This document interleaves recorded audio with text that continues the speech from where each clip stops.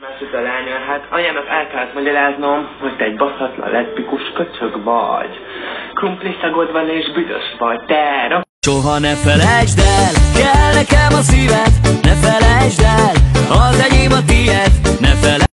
Elhiszed? Az én életemet ne zaklassad, nekem nem kell. Mindenki téged fog nézni a tévébe. Tudod, hogy leszopol engem egy geci fejű. Tudod mi az, hogy szopol? Mint egy kismala. Meglepetést! Tartok én neked olyan meglepetést, hogy még fúrtól álljanak a testvére ide! Kiállás! Ne nevessünk! Ne nevessünk! Nevetel! Hagyjad már, ne járd a hülyét, bazd meg, ózdól járd meg a hülyét, ne itt, ózdól lent, a sinterek. Itt, tudod mit? Hallod? Itt bátonyba, labdában már nem rúgol. Csak rúgtál, hallod? Figyelj, a kurva anyád, te köcsög. Komolyan, be vagy, na, látod, Mónika? Most már ne szólalj meg. Elhiszed?